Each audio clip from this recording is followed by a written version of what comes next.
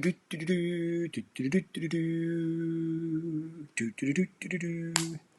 ba da bum ba da bum ba da bum.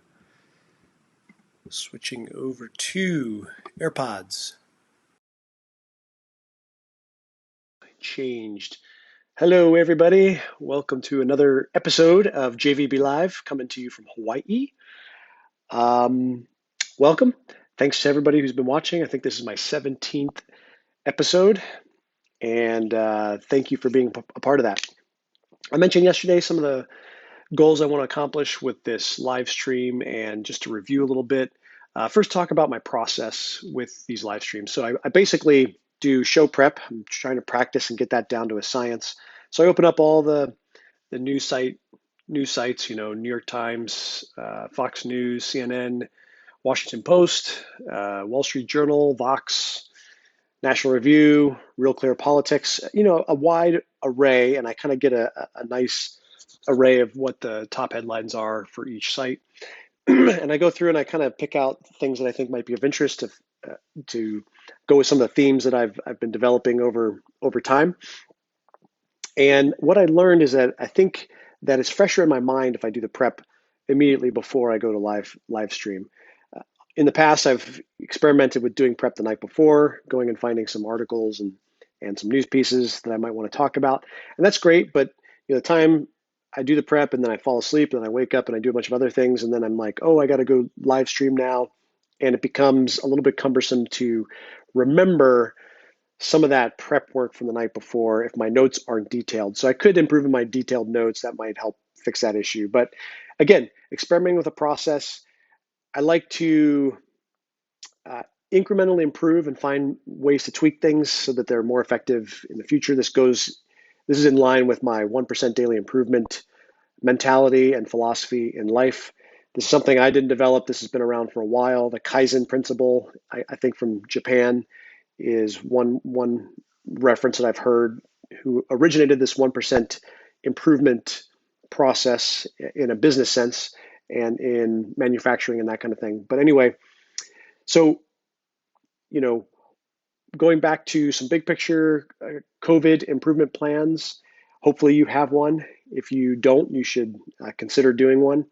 Getting better at a skill, maybe it's cooking, maybe it's relationships with your family, maybe it's reading certain books that you don't have time in your normal life to do. But pick a skill, pick something that you're trying to improve on as you go through this stay-at-home order. And exercise and nutrition is an easy one. Really stay fit. Work out at home if you have the capability to, and it's not that hard. You don't need much equipment. You can use your body. You can eat healthy because you're not eating out at restaurants all the time. So you can cook for yourself. You can get good at cooking. So there's a lot of things you can improve on and develop during this time period.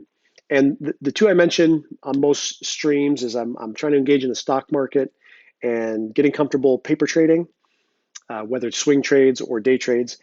And then the other thing is doing this live stream. And so I'm trying to, again, get incrementally better with this live stream and provide more value to you, the audience, with each show. You can see I'm dressed in my exercise equipment. I haven't exercise shirt. I haven't had a chance to go exercise yet. I've been doing some other things for some other lines of work I'm pursuing earlier today. But I did want to share with you some results after digging in the stock market for the last 19 trading days. So this is like the last 4 weeks. I started to wake up early in the morning here in Hawaii and try to be around for the opening bell, which in Hawaii is 3:30 a.m. So it's pretty early. A lot of folks think it's hard to wake up early. It's not hard. If you decide you're going to do it, you'll do it. And that's all there is to it. If you don't decide you're going to do it, you won't do it. So that's the difference between deciding and wanting. If you want to do something and haven't decided to do it, you're not going to do it. If you decide to do it, you'll do it. So I decided to wake up early in the morning. Now I have to admit that I wasn't completely consistent. I didn't wake up at 3:15 a.m. all 19 days. I probably did about maybe 70% of the days I woke up at 3 a.m., 3:15, did a little bit of prep to see which stocks I was going to take positions on. And if I had any swing trades I was planning for the day. And so my results after 19 days, Let me just pull it up real quick if I have it still open. So I finished today. I closed out all my positions after 19 days, and I am up $7,749. That's Monopoly money. I'm doing a paper trade. So for those who don't know, I'm sorry, a paper account. For those who don't know what a paper account is, it's a simulated account that allows you to do simulated transactions to get a feel for it before you use real money. So in pretend money, I'm up $7,749, which is an average of about $400 a day, a trading day, which is not bad. Now I was up more than that. I gave some of it back. I think I was up as high as maybe 9,000. I gave back, a little over 1,000, maybe $1,300, and I realized that loss today when I was closing out all my positions. So it's interesting because it teaches you a lot about your own emotional state, and emotion drives decisions. And if you're not careful with your emotion and managing it, to include using time and distance and space to manage your emotions, then you can end up making some pretty poor choices.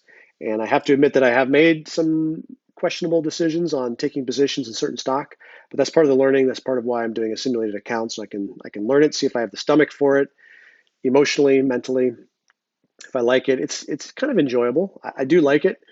Uh, so we'll see. We'll see how that goes. 19 days, and that's the result. $7,749 in the green. Anyway, that's pretend money. I don't actually have that. I wish I did. It'd be nice to have that money now while I'm unemployed. But so I thought I'd share that with you. And then with this live stream, I'm starting to dabble and get it out into YouTube. So I uploaded yesterday's to YouTube, and I'm starting to push that out to more and more people, slowly branch out and get some feedback from people. And that's fun. And that goes into this daily 1% improvement. I don't have to improve much in this podcast or this live stream to make it worthwhile and to show compounding gains down the road. I just have to do one or two things to tweak the process or the performance or the aftermath, and getting it out to people. I just have to do one or two things each time to try to improve that, and drive it along 1% incremental improvements. So that's my goal, and we'll see how that goes. So with the exercise thing, I'm going to do that after this. I have an idea in my mind about exercise. I do want to talk about exercise routines, because a lot of people don't allow themselves creativity when they exercise. And I would submit that one of the things that makes exercise sticky is you implementing your own creativity into your own exercise routine. And what do I mean by that? Find exercises that you like. Find ones that are fun to perform, that might be challenging, that give you some sort of kickback. And it could be anything. It could be any kind of cardio, any kind of body weight, calisthenic type movement. It could be any kind of weight training with dumbbells or barbells or kettlebells. And find those movements. And when you start to enter into your exercise portion of your day, get creative with what kind of workout you're going to do. And I would offer to write it down. I would recommend writing it down, because you can actually see how creative you can be. Okay, I'm going to do this, I'm going to do that, I'm going to do this. And that creativity will keep you engaged. And if you develop an exercise routine that you want to keep, you can archive that and revisit it in a week or two when you go back and you're going through some of the material to see what you're going to do for that day down the road. So I've done that through an app that I really like. The app is called Strong. And so I'll show you a little bit of Strong. So it has your workout routines. You can save routines, and then you can see how many different ones I've been doing. And this also, you can do history. So it'll tell you, what you did on what date, and you can actually, click in and see what you did. Now, I should be an affiliate on this app, but I'm not. I just want to show you a tool to log and keep track of your progress. It's really motivating, and it really focuses you. This app does for me anyway, in being creative with your exercise routines, and also logging your performance and logging your results. One thing I like that this does is it keeps track of your total work, your total amount of weight moved in a particular workout session. So I was getting up at close to 20,000 pounds in a workout session. That's all my movements with weights and whatnot. And I'm like, okay, so there's an anchor point, and now I want to see that slowly ramp up, 22,000 pounds, 24,000 pounds. And I think I did a routine within the last week where I was at 29,000 pounds. And surprisingly, I wasn't as fatigued as I thought I might be given some performances from weeks ago. So that's a good feedback in my brain to let me know that I'm improving, and then therefore be more motivated as I continue to go down that road in the future. So so that's the exercise part. And then health, I have other tracking things that track my calories, my macronutrients, which is fat, protein, and carbohydrates. And that helps me to really stay on task with my nutrition. And if you've never logged your food before, I would highly encourage you to do it because it really reveals a lot of things about your personal habits that you may not be aware of. And as long as you're being honest in your logging, you can start to figure out ways to form new habits and have better outcomes in terms of your nutrition. So I'm a pretty optimistic person by nature. I wake up trying to improve 1% incrementally in whatever I do. I would encourage you to adopt this philosophy for your own life. I learned a lot about this in James Clear's book, which I talk about quite frequently. And so for this, I want to, the goal for this live stream is I want to increase grown-up conversations around topics. I want to incrementally increase that, not just in myself, but in my audience as we go forward together. We're going to learn together. So that's the goal. So let's dive into it. COVID-19 updates. By the way, my notes are on this other device right next to us. And of course, okay. So according to Worldometer.info website, which is keeping track of the world COVID-19 cases, we are at 2,239,000 cases worldwide and 153,000 deaths. That's where we are. And that somewhat, it's crossed 2 million just a few days ago. So we're 200,000 plus since the last couple of days. And in other news, I've talked a lot about models and such in the last several weeks. And we of course know we have this model out of University of Washington, which is what is informing mostly the task force that the president has.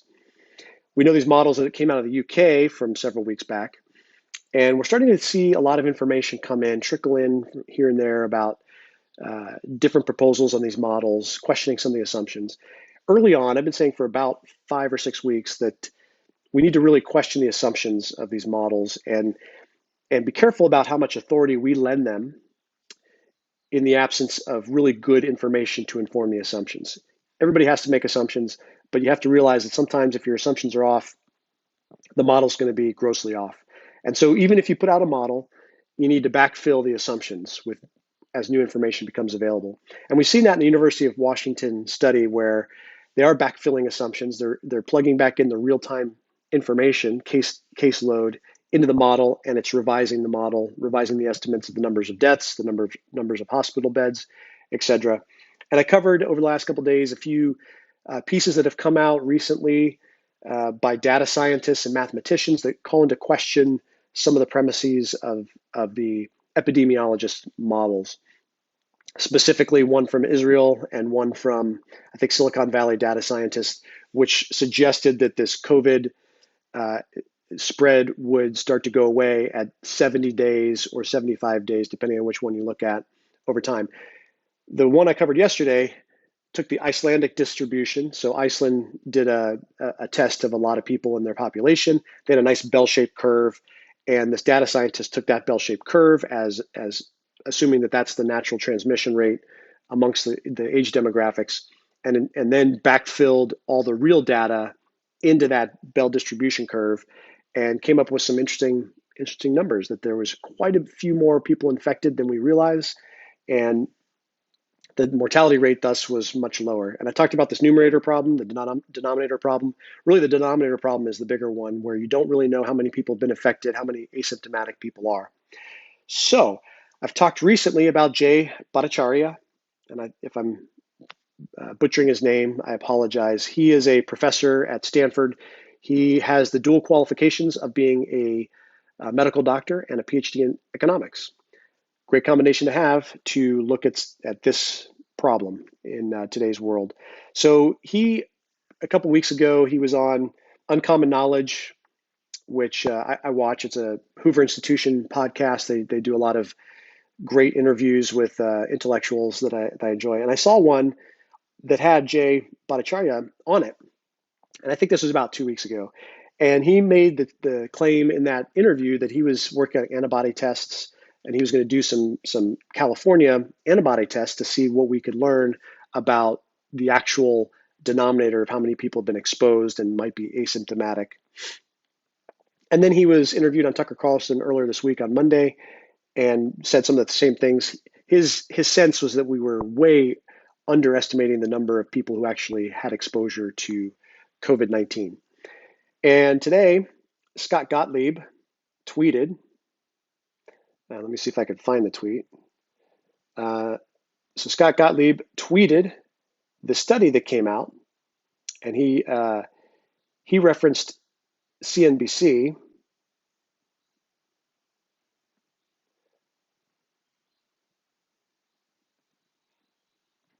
And let me see if I can find the CNBC story because it's a pretty good story. And I'll just read this for you. And this is referencing the study that came out. And as soon as I saw this was a study done on Santa Clara County, talking about the COVID-19 antibody seroprevalence. And Jay Bhattacharya was one of the authors of this study. There's a whole bunch of people in the study, but he was one of them. So let me read you what CNBC said about it. So this is by Christina Farr, and I'm not sure that CNBC broke it. It was somebody else who broke it. But the researchers asked more than 3,000 people to volunteer for the antibody test. The results indicated that between 48,000 and 81,000 people could be infected with COVID-19 in Santa Clara County. That's far higher than official numbers. So let's get into it. How prevalent is COVID-19? It's a difficult question to answer, given the lack of available tests and the fact that some people who have been exposed to the virus exhibit mild symptoms or no symptoms at all. Two research groups, assisted by a team of volunteers, sought to get a better sense of the true prevalence in Santa Clara County in Northern California, which is one of the first places in the U.S. where community spread was detected. They tested 3,000 people by asking the volunteers to show up to one of 3 testing sites locally. The study, published Friday, researchers, many of whom hailed from Stanford University, noted that the results suggested that COVID-19 could be far more widespread than the official counts suggest. Specifically, they estimate that between 2.5% and 4.2% of people in Santa Clara County may have antibodies. The range is a result of different models used to extrapolate the test results to a representative population.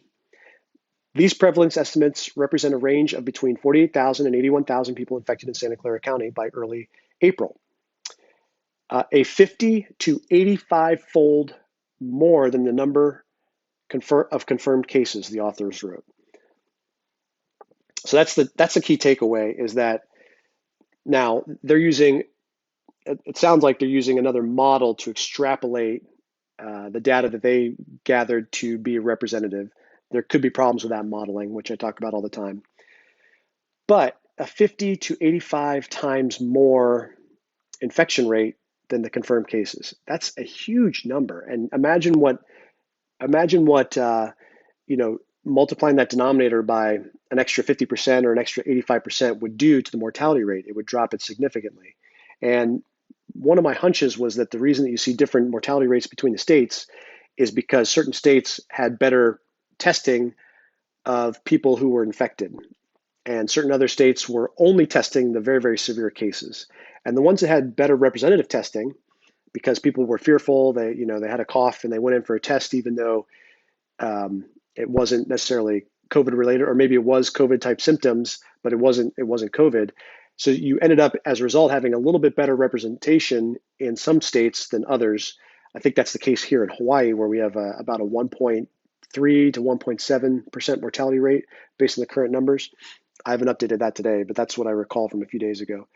So anyway, this is more good news, and this confirms some of the data scientists and mathematician models from the previous few days of live streams where I talked about the Israeli professor and as well as this data scientist on Medium. So I think that's huge news. I think that's great news if that's true. Now we need to get confirmation because obviously there's no, we want to be careful about how far down we go on this assumptions when there could be some errors in the methodology or some assumptions made that might need to be ensured are accurate. So I want to start with that. That's really cool.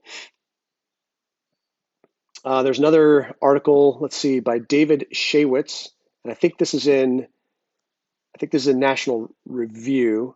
So let me pull this one up. Yeah. So this is from National Review, and I wanted to offer another voice that helps to further validate what my own thoughts about this were about 4, 5, 6 weeks ago. And this is by David Shaywitz in National Review. We know less about COVID than we thought. We need more data. And this is a great article because it subtly addresses some of the authority that science has in our modern discourse and the results of scientists. So just keep that in mind as we read this.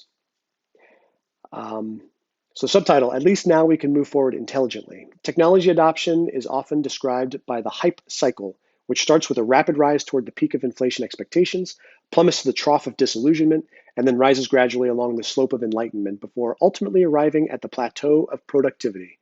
I love that. When we finally figure out how to use the technology effectively, that cycle seems as apt a description as any for the biomedical science around COVID. When the virus first arrived on our shores, there seemed to be a rush of hope, a sense that, as Matt Damon's marooned astronaut phrased it in The Martian, we were prepared to science the out of it. Epidemiologists, data scientists, academic researchers, big drug companies, and scrappy startups, everyone, it seemed, turned their attention to this emerging problem. And I shared that optimism. I was right there. We've never had a problem where we had all the world's minds working on something together like this before. You could be forgiven for assuming the scientists had the problem in their sights and were well on the way to victory. Flash forward a month or so, and a very different picture emerges. If the earliest days were captivated by what science seemed poised to deliver, the most recent stretch, which seems to have taken us well into the trough of despair, has reminded us day after day and in explainer after explainer just how little we actually know. How many people in the US have been infected by SARS-CoV-2, the virus that causes COVID-19? We don't know. What's the fatality rate of COVID-19? We don't know. How many Americans are immune to COVID-19? We don't know. Is immunity likely to be enduring, or is it likely to fade out over a year, as is the case with some similar viruses? We don't know. Given the mutation rates of similar viruses, are we even sure an individual vaccine is likely to prove durably effective? We don't know. As we collectively dig deeper into what's really known about COVID, the more we recognize just how fragile the foundation is, a point some seasoned experts, such as Stanford's John Ioannidis, have earnestly forecasted from the outset. Nassim Taleb, author of The Black Swan, phenomenal book, and this Black Swan event, I actually use COVID-19, I use the Black Swan phraseology to talk about COVID-19 in my former place of business, in my other capacities with the reserves. This is a Black Swan event, and that's taken directly from Nassim Taleb's book, which is a phenomenal read. You should read it if you haven't. So Nassim Taleb, author of Black Swan, frequently reminds us that some data aren't necessarily better than no data. Testifying before Congress in 2009 in the wake of the financial crisis and the flawed models that contributed to it, he highlighted the harm of sterile information, emphasizing its potential to lead to dangerous overconfidence. Sterile information. I want to draw a connection with some things I've said the last few days. I've been really telling you guys that we as humans make sense of the world. We are story or narrative creating individuals. We take data points, and this can apply to literally anything. Your worldview, your impressions about a coworker, your impressions about a subordinate, your impressions about a boss. We do this all the time. We take data points and we string a narrative through those data points. And when we do that, we by definition, inevitably, we're excluding information that might be pertinent to that narrative to maybe change the slope or change the course of that narrative. And we do this all the time. And so I learned that originally from this Black Swan book, which I read 12 years ago or something like that. And and it is so true. If you look for that, if you look for the narratives that people create about their circumstance, about their family, about their culture, about their boss, about their employees, you will see this narrative forming. And from the outside, you can see how it's maybe not entirely accurate because you might have access to information that either they don't have or that they're rejecting because they're being exposed to confirmation bias or cognitive dissonance. So love all that stuff. Conversely, the most hopeful aspect of our current ignorance may be the intrinsic value of recognizing and acknowledging it. The need to find a solid place to stand on is a common challenge in science, something researchers often discover when they descend into an emerging discipline or a new arena. The moment is typically characterized by exciting but preliminary publications in top-tier journals, research that often fails to stand the test of time. I saw this firsthand as a postdoc when I joined the lab of an exceptional development biologist who established his reputation understanding the molecular mechanisms of frog development. After two of his children were diagnosed with type 1 diabetes, he made the radical decision to refocus his efforts on human stem cells, hoping to develop approaches to replace the insulin-producing cells destroyed in this disease. He was inspired to make this transition by a large body of promising research that had been accumulated, data that seemed to suggest rapid progress in this area. He was excited to bring his talents to the field and to help drive it forward. As a world-class scientist, he took early steps that involved reproducing existing research so his lab had a starting point on which to build. But as he did this, he discovered time and time again that the breathless scientific literature was riddled with mistakes, errors, and oversights. For example, one paper claimed to have coaxed cells into reproducing insulin, yet it turned out on careful review that the insulin was likely already present in the culture media used to grow the cells. To finally arrive at a solid foundation, extensive scientific excavation was required. I wanted to read that because it's a great analogy of what we all do when we start to latch on to movements, latch on to philosophies.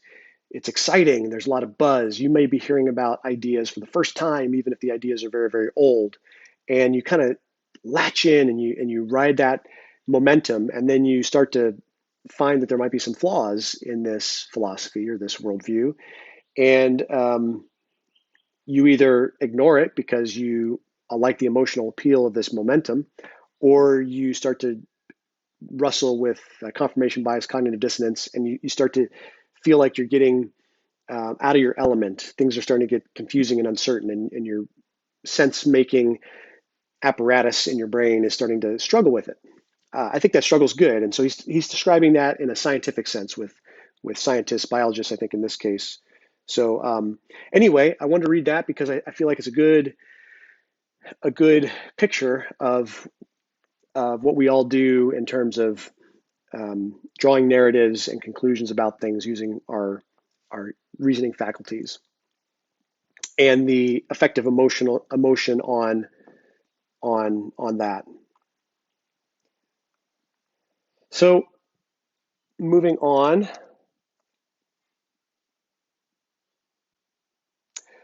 We've seen reports that the states are starting to open up in the New York Times. So different governors are starting to figure out how they're going to open.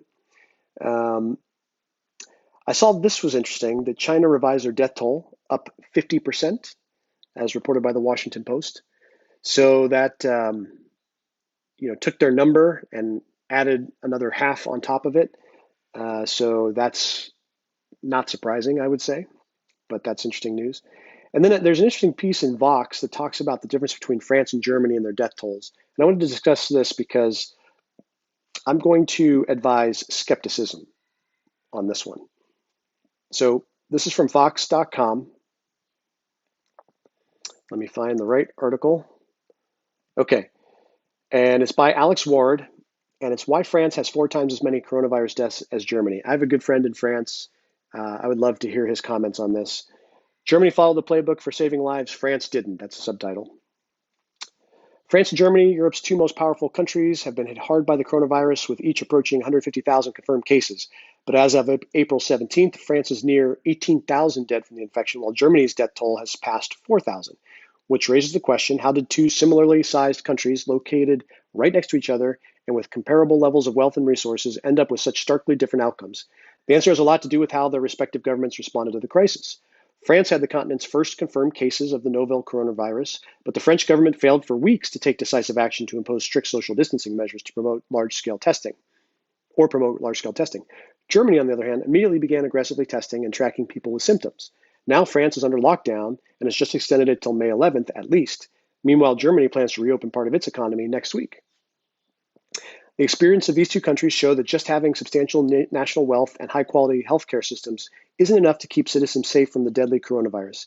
Saving lives is also about how quickly, thoroughly, and effectively the government responds to the brewing crisis. Any delay, it seems, is very costly. Countries that were slow to respond have so far paid the price, says Thomas Bolockley, a global health expert in the Council of Foreign Relations think tank.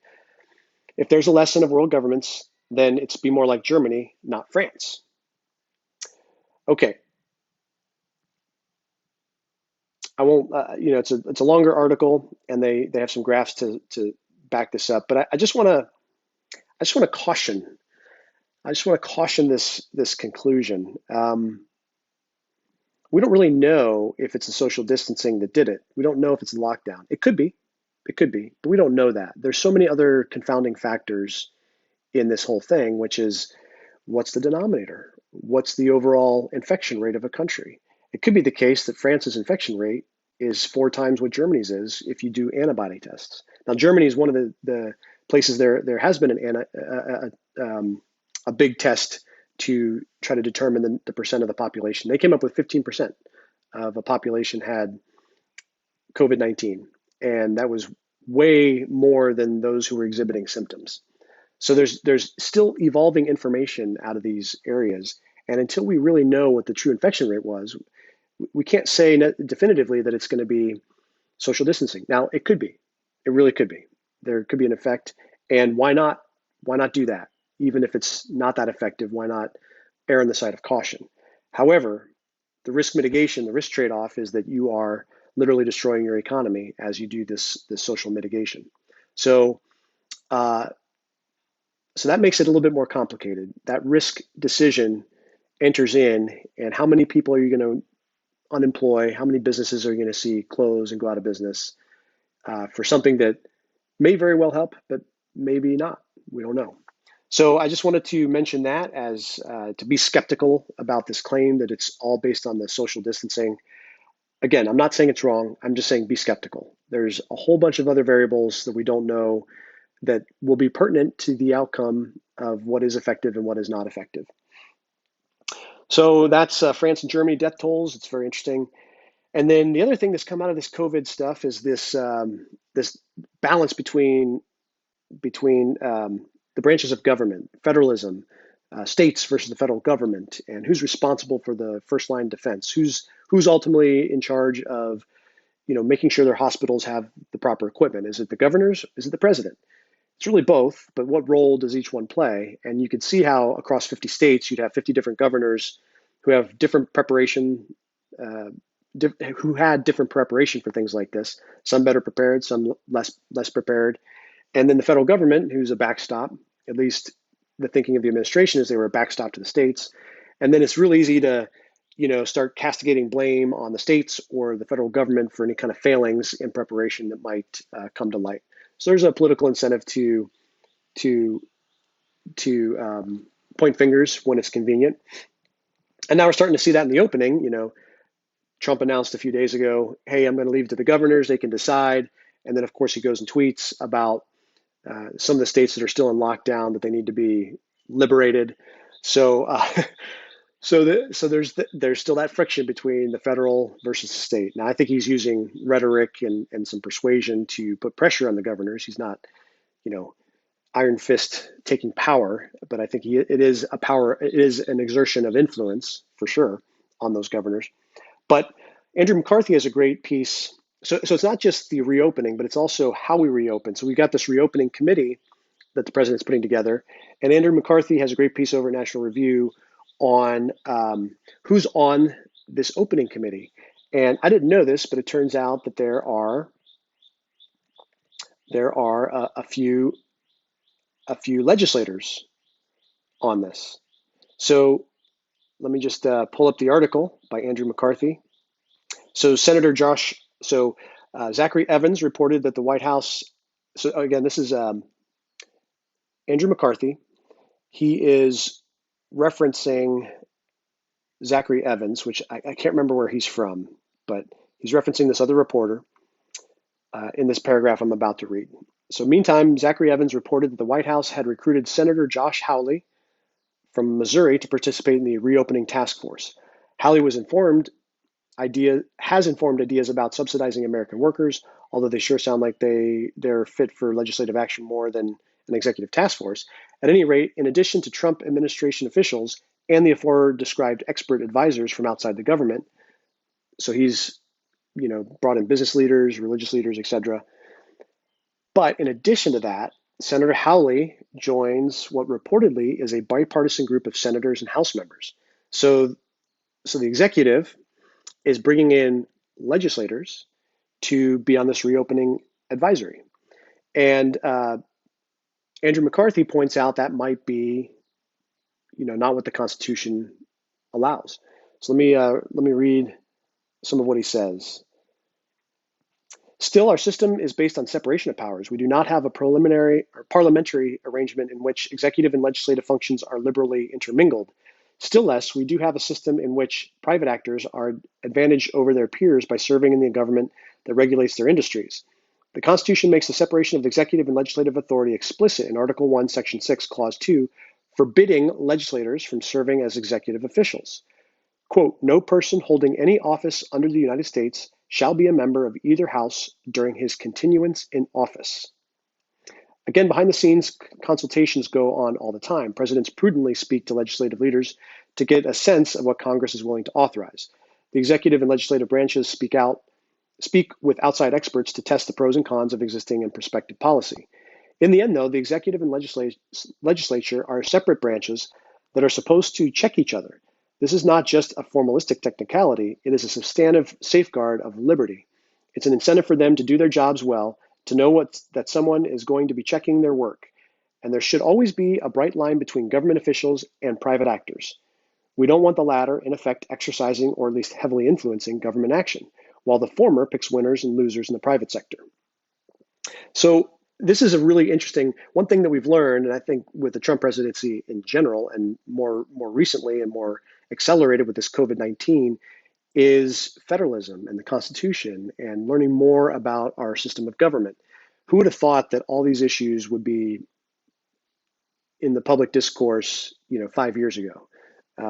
I wouldn't have. I've learned a lot, and I had civics classes. I went to public policy school, and I learned a lot about the different branches of government. But to see it at this level for such a sustained period of time is, I think, healthy for us and good. And I've heard that people agree with that statement, like Scott Adams and others. So this is interesting that the legislators have been invited into this reopening committee, and Andrew McCarthy is making the case that this really shouldn't happen because the legislators should protect their constitutional check and balance against the executive. And I would tend to agree with that. I mean, I don't think there's anything wrong with talking to legislators and certainly the leadership about reopening, but to have them in the reopening committee, maybe that causes some questions. So the federalism, state versus federal, the separation of powers. And why this is important is I read an article yesterday that covered the Hungarian situation where the president has dissolved the legislature, has a supermajority, and is imposing basically top-down tyrannical control of the government. He happens to be, right-leaning, and this has caused a lot of concern because as Hungary goes, so may other democracies. So I'm not in favor of removing things that maintain that check and balance in our constitutional system. And one thing, frankly, I'm not happy that the Democrats are pursuing is this constitutional convention of states in order to do away with the Electoral College. You may remember from the 2016 election cycle, Hillary Clinton won the popular vote, but Donald Trump won the Electoral College. And so that made a lot of people mad. So there's now an effort, a grassroots effort across all 50 states to get a convention of states that would propose an amendment to the Constitution to do away with the Electoral College. That's scary, and it's all because they don't like the outcome of an election. And that would allow majority rule. And majority rule, as we've seen in Hungary, doesn't always turn out the best. And Trump's rhetoric recently with making the legislature go into recess so you can do recess appointments, or doing things with the governors. I can override the governors. I'm a defender of Trump oftentimes, but we want to be careful that we don't remove these checks and balances that wise people made a long time ago to protect us from each other.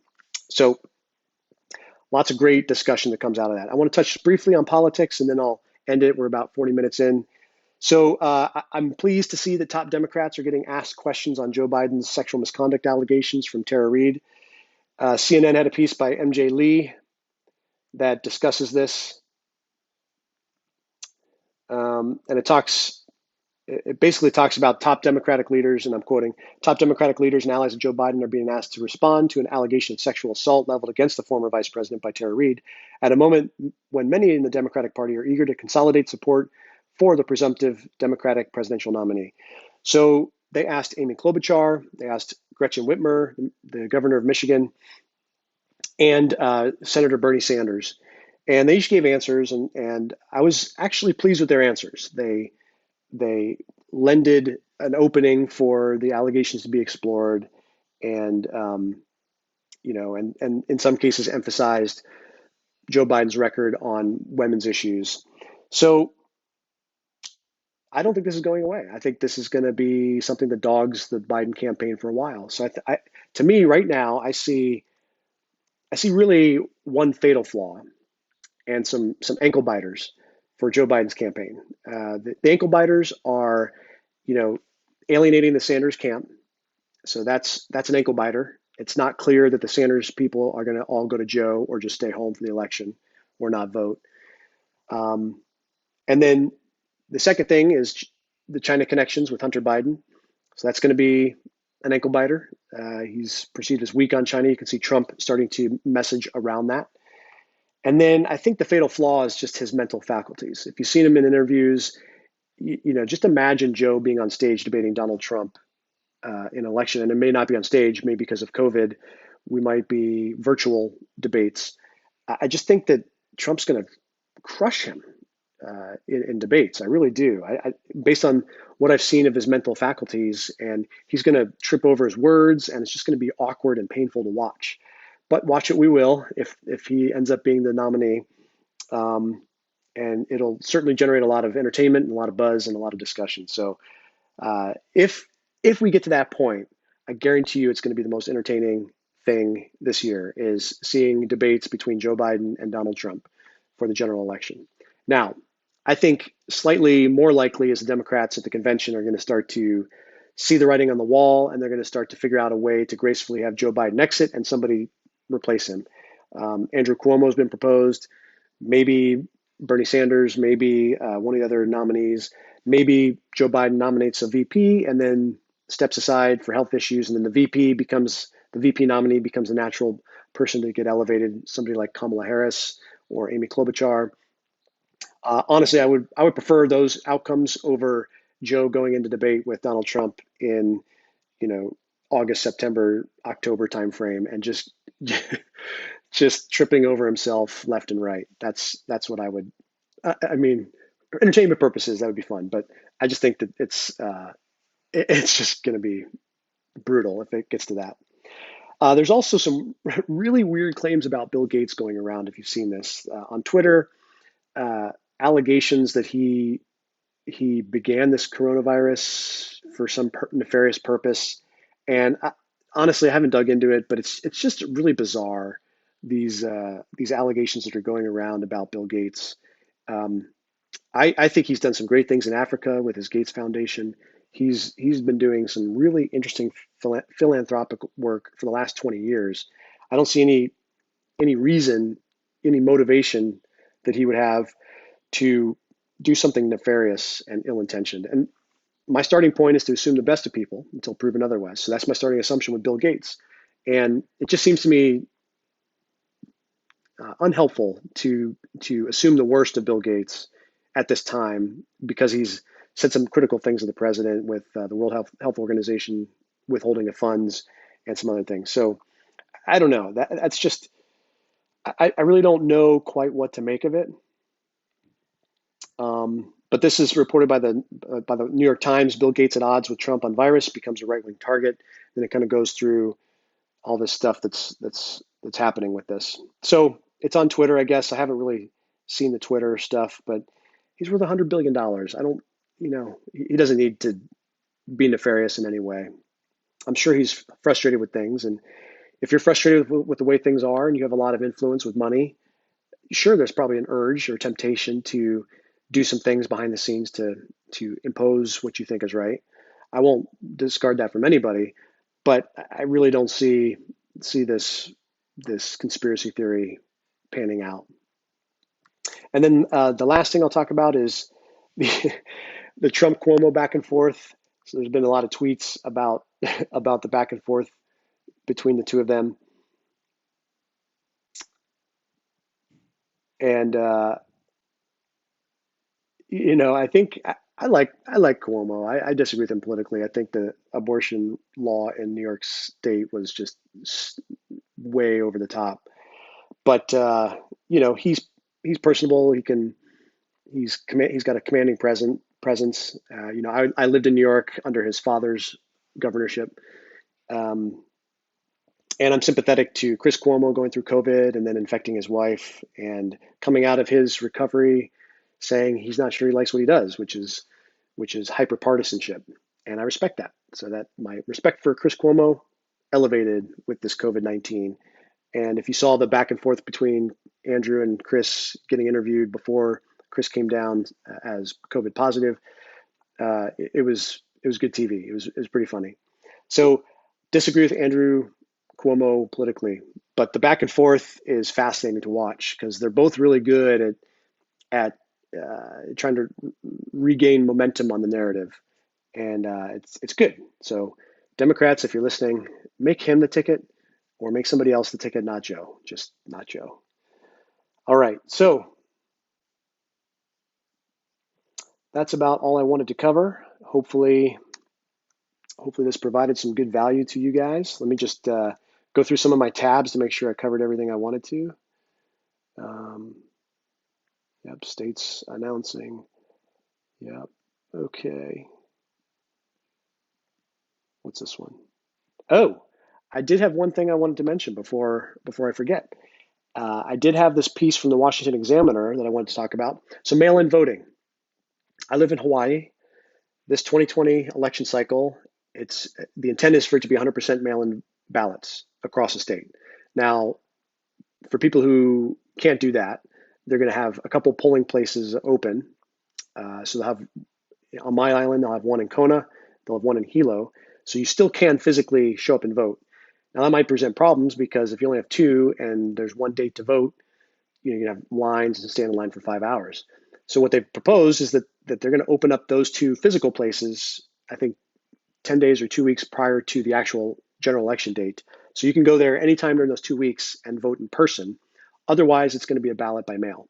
Now, having been in the military for the last 20 years, both active duty and reserves, I'm very familiar with absentee voting, and I did that quite a bit. I did absentee voting when I was deployed in Iraq back in 2004. So my comfort level of mail-in voting is pretty high, but I thought, and then Trump has stated publicly what he thinks about mail-in voting. He's talked about voter fraud and some other things and made some allegations that, the fact checkers come out and say there's no evidence of that. Well, this is quite interesting. So I want to read you this from, again, the Washington Examiner. This is Andrew Mark Miller.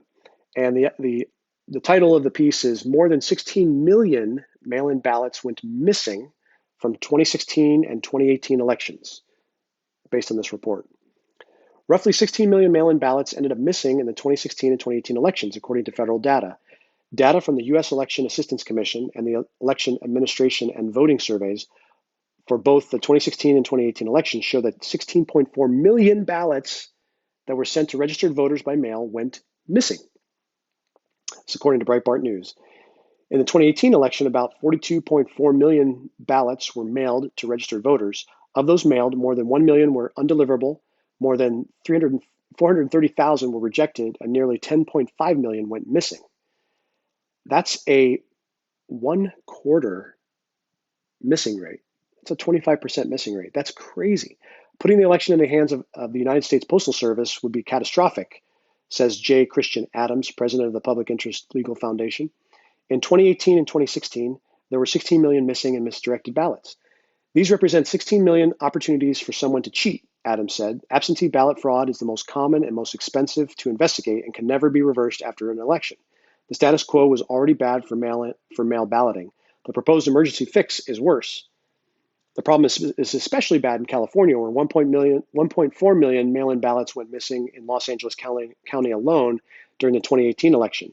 In Orange County, the number was 374,000. The California counties of San Diego, Sacramento, Riverside, San Bernardino, Alameda, and Santa Clara combined for 1.6 million missing ballots. I used to live in San Diego and Los Angeles, so this hits home for me. Several states are debating whether to hold primary elections in person or to switch to an all mail-in ballot system to quell the spread of coronavirus. Now, another piece I saw, let's see, I think it was on Fox News's homepage. So let me go to that real quick. Basically talked about, let's see if I can find it.